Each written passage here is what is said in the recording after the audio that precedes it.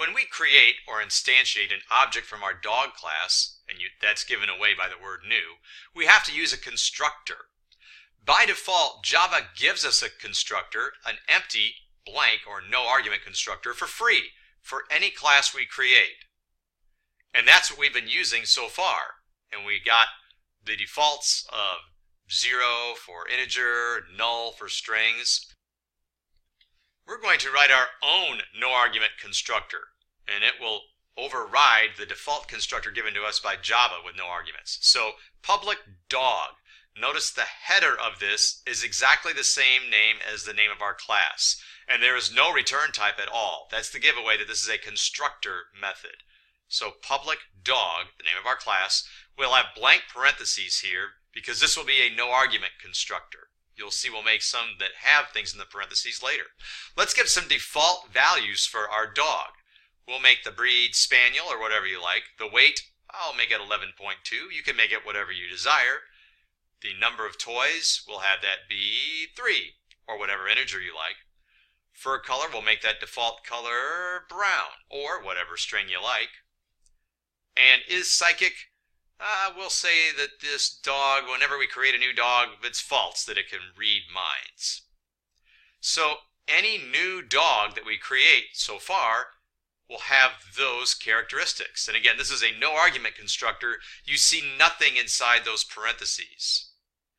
And this will override the free constructor we got from Java. Let's see how this works by instantiating another dog. So we'll have our second dog here. We'll call it dog2.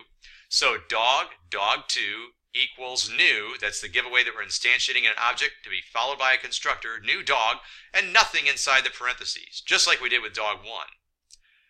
And now we'll see the information about dog2. We can use its toString method to see the current state of dog2. We get a blank line here, and we'll list the characteristics of dog2.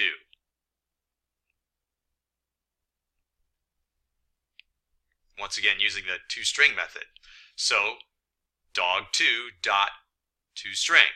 Remember, we already overrode that method that we got for free from Java. And you see our initial values are there. So we're all ready. If anyone wants to create a dog with no arguments in the constructor, we're all set. And we have some default values ready. And none of them are null or 0 unless we want them to be that way. We can do that. But it also gives us a chance to provide some initial values for a dog. But maybe we already know something about the dog when we want to create it. For example, maybe we already know its breed. So let's make a constructor that takes a string for the breed. So notice we will have a parameter here. I'll call it string BRD. And I'll list the signature down there, dog string. The parameter list is exactly one string. Well, we want to initialize all the values, so I'm going to copy and paste what we did for the no argument constructor. But where we have breed, I'm going to take out spaniel and put BRD. That way, whatever argument is sent to the parameter BRD, that's going to be the initial breed of our dog. Remember to save this dog class so that all these additions are in there. Let's create a third dog, or instantiate a third dog. I'll just copy this, but we'll turn it into dog3.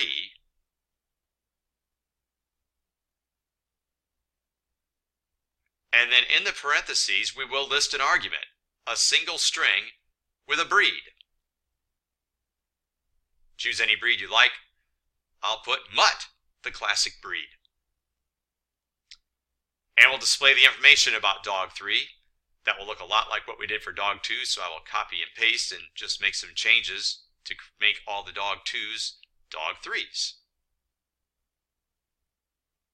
And let's see what the initial values are for dog3.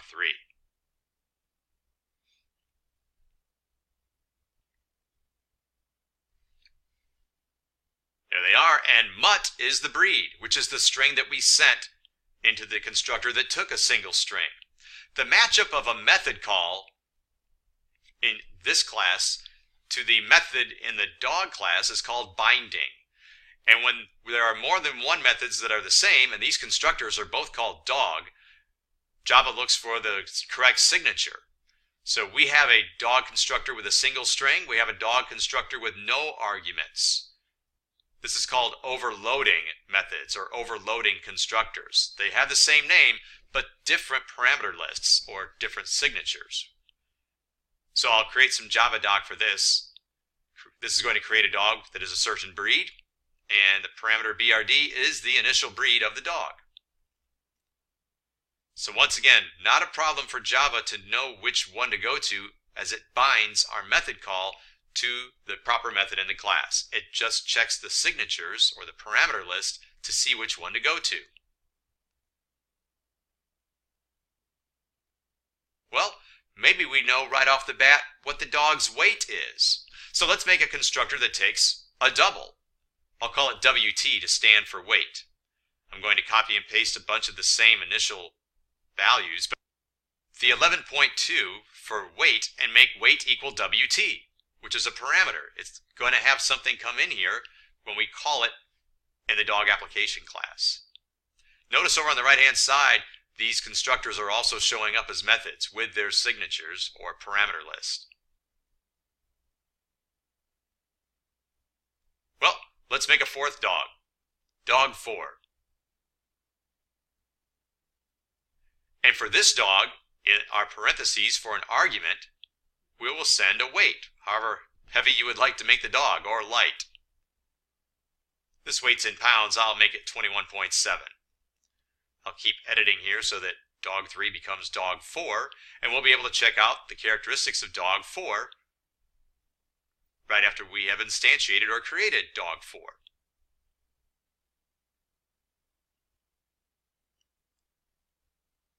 And there are all the initial values we expect, including the 21.7 that we sent as an argument over to the dog class with the proper constructor. Again, there are 3 constructors now for a dog, an empty one with no arguments, one that takes a string, and one that takes a double. Again, in the process of binding, Java determines where we need to go by matching up the parameter lists. We'll add some Java doc to this. This will create a dog that is a certain weight in pounds. And WT is that initial weight. So far I've avoided using the same variable name, and generally that's what we do, but there could be exceptions. Maybe you think weight is the best thing to call this in the parameter list, but we've already got our field called weight. So if we say weight equals weight, it's a little confusing, but there is a way to pull this off. We go over to the left and put this dot in front of it. This is self-referential to the class. So now the weight on the right side is from the parameter list, and this dot weight is one of our instance variables. It's our field. So this is totally appropriate. You can do this. And I'll run the program and it will run exactly the same way. Users won't notice any difference. I should have changed the WT after @param to weight. I didn't do that. But if you want to use the same identifier, you can, as long as you put this dot in front of the one that's going to be the instance variable, the one that's in the class.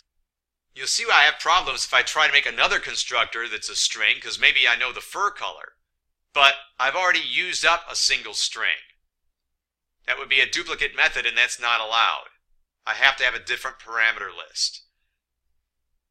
So that is not going to happen. I've already burned up what I'm going to do with just a single string. Maybe I'd like to create a dog when I know everything, all 5 characteristics.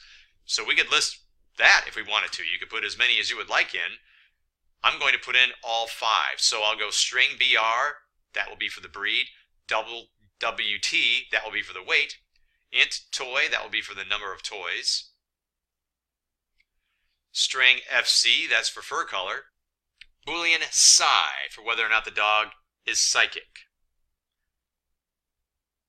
So the parameter list is string, double, int, string, Boolean.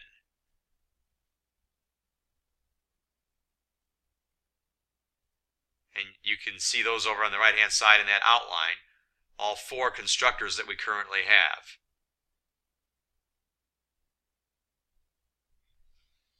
So once again, I'm going to copy and paste the 5 fields I have. You may have more fields because you may have created some earlier in a previous video.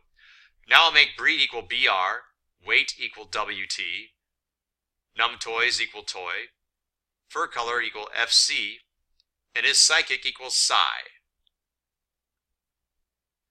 So now we can set up everything about the dog.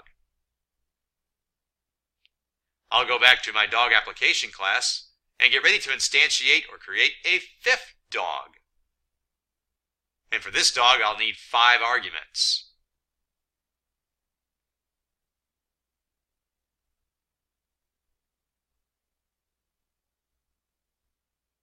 So we'll have to come up with first a breed, whatever you like. I'll go with a terrier. Next, the weight, I put 14.8. Losing track of what I need. Toy, fur color, and whether or not it's psychic. So the number of toys, we'll let this dog start off with 6 toys. Its fur color, I'll have it black.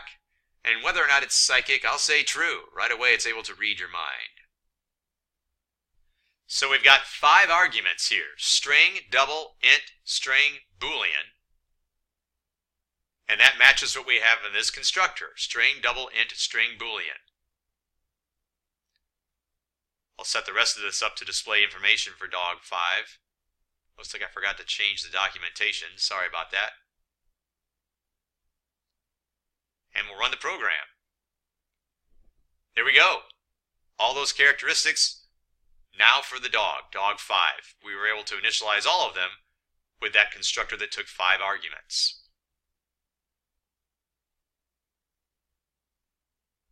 The order does matter. Notice that it's string, double, int, string, boolean. So if we try to instantiate a 6th dog with 5 arguments, but put them in any order we want, go with terrier first, and then the fur color of black, and then that it is psychic, and it's got 6 toys, and the weight's 14.8.